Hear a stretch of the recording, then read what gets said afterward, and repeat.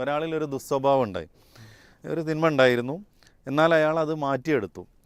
പിന്നെ നല്ല ഒരു മനുഷ്യനായി മാറി. അയാളുടെ ജീവിതത്തിൽ നല്ല നല്ല കാര്യങ്ങളൊക്കെ ചെയ്തു. പരിപൂർണ്ണ മുക്തി നേടിയ ആൾ ആ തിന്മയിൽ നിന്നും മറ്റുള്ള ആളുകളെ പിന്മാറ്റുകയാണ്. ഇപ്പോൾ ഉദാഹരണത്തിന് പറയുകയാണെങ്കിൽ ഒരു മദ്യപാനിയായ ഒരാൾ, അയാൾ തീർത്തും മദ്യപാനം ഒഴിവാക്കി.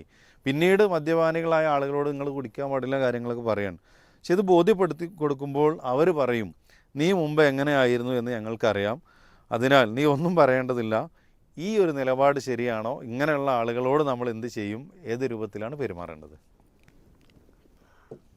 അൽഹംദുലില്ലാഹി വസ്സലാത്തു വസ്സലാമു അലാ റസൂലില്ലാഹ്. നമ്മളിപ്പോൾ ഒരാളെ ഉപദേശിക്കുമ്പോൾ അയാൾക്കത് കൗണ്ടർ ചെയ്യണം, അതിനെ എതിർക്കണം എന്നുണ്ടെങ്കിൽ അയാൾക്ക് എന്തെങ്കിലും ഒരു ന്യായം കിട്ടും. ഇതന്നെ ആയിക്കോണമെന്നില്ല, സ്വാഭാവികമായിട്ടും.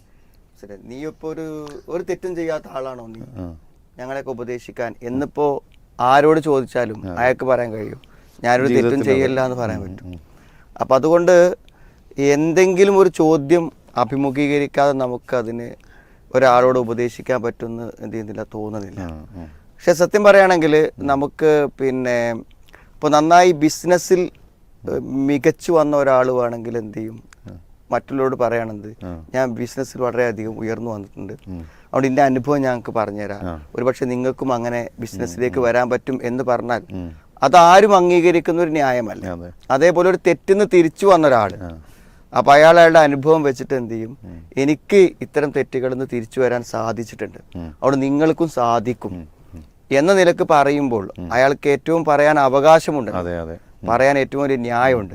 മാത്രമല്ല അയാൾക്ക് ഏറ്റവും നന്നായിട്ട് ഈ തെറ്റ് ചെയ്യുന്ന ആളെ തിരുത്താനും സാധിക്കും എന്ന കാര്യത്തിൽ സംശയമില്ല.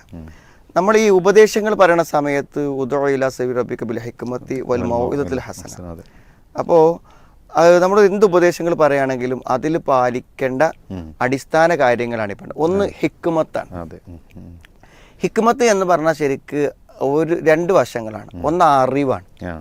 അപ്പം നമ്മളിപ്പോൾ ഒരാളുടെ തെറ്റ് തിരുത്തുന്ന എന്തിൻ്റെ അടിസ്ഥാനത്തിലല്ല, ഞാൻ എന്നോട് പറയുന്നു നീ കള്ളുടിക്കാൻ പാടില്ല എന്നല്ല, അള്ളാഹു പറഞ്ഞിട്ടുണ്ടെന്ന് മദ്യപിക്കാൻ പാടില്ല. അപ്പോൾ നമ്മൾ അയാൾ നിർബന്ധമായും അറിഞ്ഞിരിക്കേണ്ട ദൈവികമായിട്ടുള്ള ഒരറിവ് നമ്മൾ അയാൾക്ക് കൊടുക്കുകയാണ് ചെയ്യണം. അപ്പം അത് ഞാൻ ഉപദേശിക്കുന്ന പോലെ അയാൾ വിചാരിക്കേണ്ട കാര്യമില്ല, മറിച്ച് ഞാൻ എന്താണ് അയാൾക്ക് ഉപകാരപ്രദമായ ഒരു അറിവ് എന്ത് ചെയ്യണം, ഞാൻ അയാൾക്ക് പറഞ്ഞു കൊടുക്കുന്നത് മാത്രം. ഞാനല്ല അയാളെ വിലക്കുന്നത്, അള്ളാഹു വിലക്കിയ കാര്യം ഞാൻ അയാളെ അറിയിക്കണം. അപ്പോൾ നമ്മൾ ഏതൊരാളെ ഉപദേശിക്കുമ്പോഴും നമ്മുടെ ഭാഗത്തുനിന്നൊരു ഉപദേശമായിട്ടല്ല പറയേണ്ടത്, നമ്മളെന്താണ് അള്ളാഹുവിന്റെ അടുക്കൽ നിന്നുള്ള ഒരു നിർദ്ദേശമായി പറയാണ്. അപ്പൊ അള്ളാഹ് പറയുന്നൊരു നിർദ്ദേശത്തെ അള്ളാഹുവിനെ ചോദ്യം ചെയ്യാൻ പറ്റില്ല. എൻ്റെത് തെറ്റുകളും അപാകതയൊന്നുമില്ല, ഞാൻ പറയുന്നത് ആരതാണ്, അള്ളാഹു പറയുന്ന ഒരു കാര്യമാണ്. രണ്ടാമത്തെ ഒരു ഹിക്മത്ത്, അതിനൊരു വ്യാഖ്യാനം പറഞ്ഞതെന്ന് വെച്ചാൽ നമ്മൾ ആ കേൾക്കുന്ന വ്യക്തി ഉണ്ടല്ലോ, സംസാരിക്കുന്ന വ്യക്തി, ആ വ്യക്തിനെ മനസ്സിലാക്കിക്കൊണ്ട് സംസാരിക്കണം. ഇപ്പോൾ ഒരു കുട്ടിയാണെങ്കിൽ ആ കുട്ടിയോട് പറയേണ്ട പോലെ പറയണം. ഒരു അങ്ങേയറ്റം തെറ്റ് ചെയ്ത് വളരെ മോശമായി നടക്കുന്ന ഒരു ധിക്കാര രൂപത്തിൽ നടക്കുന്ന ആളാണെങ്കിൽ അയാളോട് പറയേണ്ട അതിൻ്റെ രൂപമുണ്ട്. നമ്മൾ റെസ്പെക്ട് ചെയ്യേണ്ട, ആദരിക്കേണ്ട മാതാപിതാക്കളോട് പറയുമ്പോൾ അല്ലെങ്കിൽ ഭർത്താവിനോട് പറയുമ്പോൾ അതിന് അതിൻ്റെതായ രൂപമുണ്ടാവും. അപ്പോൾ പലപ്പോഴും നമ്മൾ ഈ പറയുന്നിടത്തുള്ള ഹിക്മത്ത് ഉണ്ടല്ലോ, അത് നമ്മൾ പരിഗണിക്കാതിരുന്നാലും പ്രതികരണങ്ങൾ എന്തായിത്തീരും, മോശമായി തീരും.